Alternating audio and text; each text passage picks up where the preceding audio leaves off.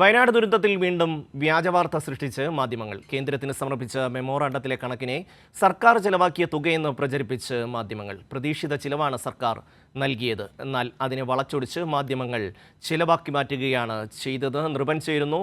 നൃപൻ, രാവിലെ മുതൽ തന്നെ വലിയ തോതിലുള്ള പ്രചരണം നടന്നു കഴിഞ്ഞു. ഇത് കേൾക്കുന്ന മുഴുവൻ ജനങ്ങളും ഭയങ്കരമായി തെറ്റിദ്ധരിക്കപ്പെടുന്ന സാഹചര്യമാണ്. അത്രമാത്രം വിശ്വസനീയമായിട്ടാണ് ഈ കാര്യങ്ങൾ അവതരിപ്പിക്കുന്നത്. കാര്യങ്ങൾ മനസ്സിലാക്കാതെ വീണ്ടും മാധ്യമങ്ങൾ വാർത്തകളുമായി സർക്കാരിനെതിരെ രംഗത്ത് വന്നിരിക്കുന്നു. നൃപൻ.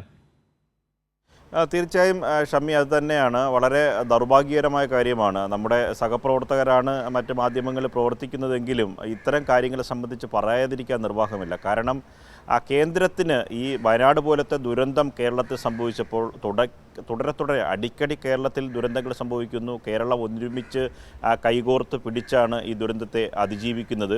മുഖ്യമന്ത്രിയുടെ ദുരിതാശ്വാസ നിധിയിൽ പണം ഒഴുകുന്നത് സാധാരണ മനുഷ്യരുടെ ഈ കാണിക്ക വഞ്ചിയിൽ അവർ സംഭരിക്കുന്ന ചെറിയ കാശ് മുതൽ മുഴുവൻ തുകയും ചെറിയ ചെറിയ തൊഴിൽ ചെയ്യുന്ന അവരുടെ പെൻഷൻ, ക്ഷേമ പെൻഷൻ പോലും നൽകിയാണ് ദുരന്തത്തെ നിവാരണത്തിനുള്ള പ്രവർത്തനങ്ങളിൽ കേരളം ഒരുമിച്ച് മുന്നോട്ട് പോകുന്നത്.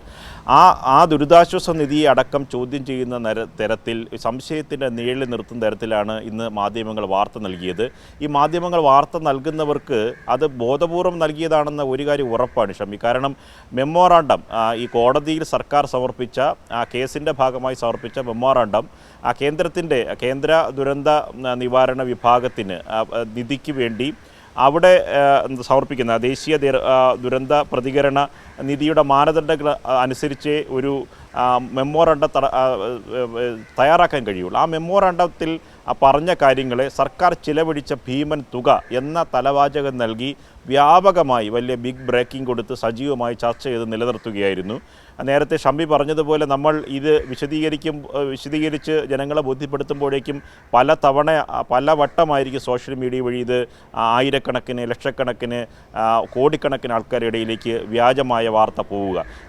വസ്തുത എന്തെന്ന് വെച്ചാൽ ഇത് ദുരന്തം 2018 മുതൽ കേരളത്തിൽ തുടർച്ചയായി ദുരന്തം നടക്കുമ്പോൾ പ്രാഥമികമായി ആദ്യം ഒരു എസ്റ്റിമേറ്റ് എന്ന് പറയാം, ഒരു മെമ്മോറാണ്ടം, അതായത് വയനാട് ദുരന്തം സംഭവിച്ച ആദ്യ 1-2 ദിവസത്തിനുള്ളിൽ 90 ദിവസം ഇതിൻ്റെ രക്ഷാപ്രവർത്തനങ്ങൾ തുടരുകയും ദുരിതാശ്വാസ ക്യാമ്പുകളിൽ ആൾക്കാർ കഴിയുകയും ഒപ്പം തന്നെ ഇവർക്ക് ഭക്ഷണം, പാർപ്പിടം, വസ്ത്രം തുടങ്ങിയ സാധനങ്ങൾ നൽകുന്നതിനും ഒപ്പം ദുരന്ത പ്രവർത്തനങ്ങൾ, നിവാരണ പ്രവർത്തനങ്ങൾ, ഭൂമിയിൽ അടിയിൽ അകപ്പെട്ടുപോയ, മണ്ണിനടിയിൽപ്പെട്ടുപോയ ജനങ്ങളെ, മനുഷ്യരെ കണ്ടെത്തുക, അവരെ മരിച്ചുപോയിട്ടെങ്കിൽ അവരുടെ മൃതശരീരം സംസ്കരിക്കുക, ഇതിൻ്റെയൊക്കെ ഒരു പ്രാഥമിക എസ്റ്റിമേറ്റ് എന്ന് പറയും. അതാണ് മെമ്മോറാണ്ടം. ആ ഒരു മെമ്മോറാണ്ടം കേന്ദ്ര സർക്കാരിന് സമർപ്പിക്കുന്നു.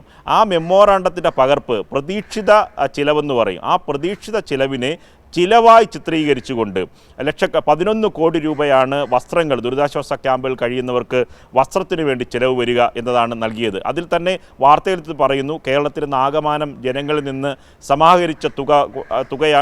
സമാഹരിച്ചിരുന്നു വസ്ത്രങ്ങൾ, പിന്നെ എന്തിനാണ് ഈ തുക എന്നതാണ്. ഒരു ശവശരീരം മറവ് ചെയ്യാൻ 75,000 രൂപ ചിലവഴിച്ചു എന്നാണ് വാർത്ത. ഏവരും ഞെട്ടും. 1,30,000 രൂപയാണ് വീടിന് നഷ്ടപരിഹാരമായി ഈ മെമ്മോറാണ്ടത്തിൽ പറയുന്നത്. എന്നിട്ട് ശവസംസ്കാരത്തിന് വേണ്ടി ചിലവഴിക്കുക ഒരു മൃതദേഹത്തിന് 75,000 രൂപയും. അതാണ് സ്വാഭാവികമായി കൺഫ്യൂഷൻ വരിക. കാരണം കേന്ദ്രത്തിൻ്റെ മാനദണ്ഡ പ്രകാരം ഒരു വീട് നഷ്ടപ്പെട്ടു പോയാൽ 1,30,000 രൂപ കേന്ദ്ര സർക്കാർ ഈ തുകയുടെ ദുരന്തത്തിൻ്റെ ഭാഗമായി മാനദണ്ഡ പ്രകാരം അനുവദിച്ച് കിട്ടുകയുള്ളൂ.